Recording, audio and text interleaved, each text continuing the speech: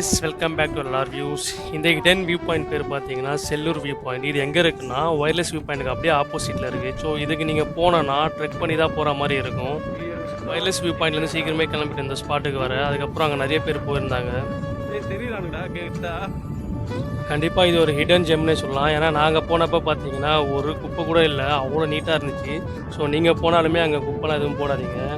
இந்த ஒருத்தான வியூ பாயிண்ட்டை மிஸ் பண்ணக்கூடாதுன்னு நினச்சிங்கன்னா எங்கள் சேனலை சப்ஸ்கிரைப் பண்ணிவிட்டு கமெண்ட் பண்ணுங்கள். நாங்கள் எப்படி போகிறோன்னு கைட் பண்ணுறோம். தேங்க்ஸ் ஃபார் வாட்சிங் ஃப்ரெண்ட்ஸ்.